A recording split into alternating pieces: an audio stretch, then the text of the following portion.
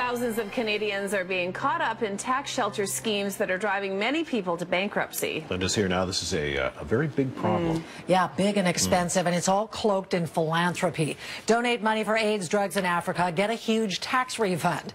Sounds good, but nearly $6 billion worth of these donations have been denied by Canada revenue officials.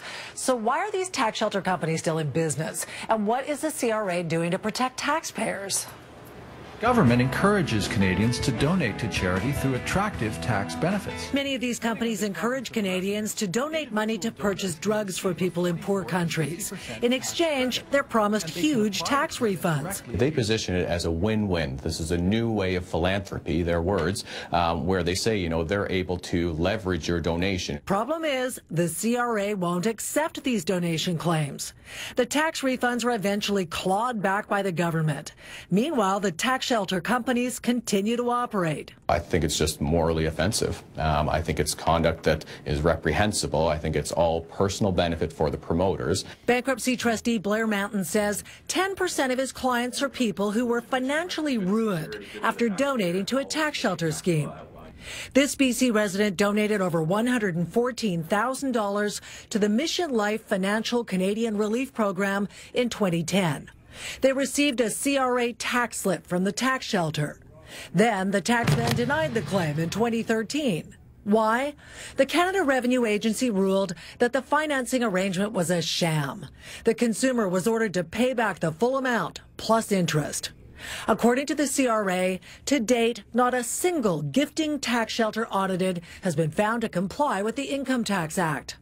So if the Canada Revenue Agency has known that these type of financial arrangements are shams, then why are companies still in business offering these kinds of tax shelters? We put the CRA's Director of Aggressive Tax Planning on the hot seat. Why is the CRA not warning taxpayers specifically about the tax shelter companies in question? We do not provide specific information about specific tax shelters because of the confidentiality provision we have in the Income Tax Act, where we have to protect confidential information.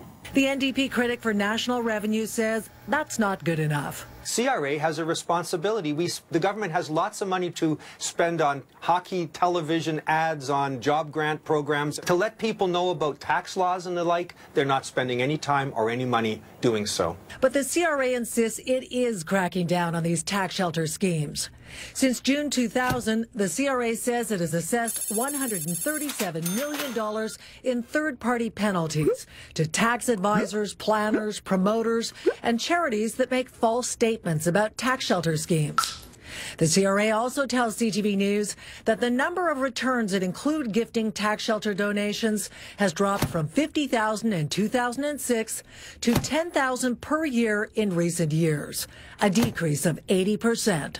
We believe our messaging to the taxpayers of the consequences of investing in a tax shelter is having success, and more taxpayers realize that they should not invest in a tax shelter. Yeah, and the government has also stopped handing out the tax refunds up front. Which is huge. I mean, that's a big change. This is all part of the Tax Shelter Intercept program. In 2012, the CRA changed the rules. Now, anytime a taxpayer tries to claim a tax shelter benefit, the refund is withheld until the tax shelter is audited. But that is no help for anyone who donated before 2012 and got a big refund. They can expect the taxman to come calling any day now, looking for his money back with interest. And that's sending a lot of people right into bankruptcy. Yes, not the kind of letter or phone call you want to get. No, that's for sure. Now, we're hearing from lots of victims of tax shelter schemes. If you've been caught up in one of these sham investments, get in touch and tell us your story. Thanks, Lynda. Thanks.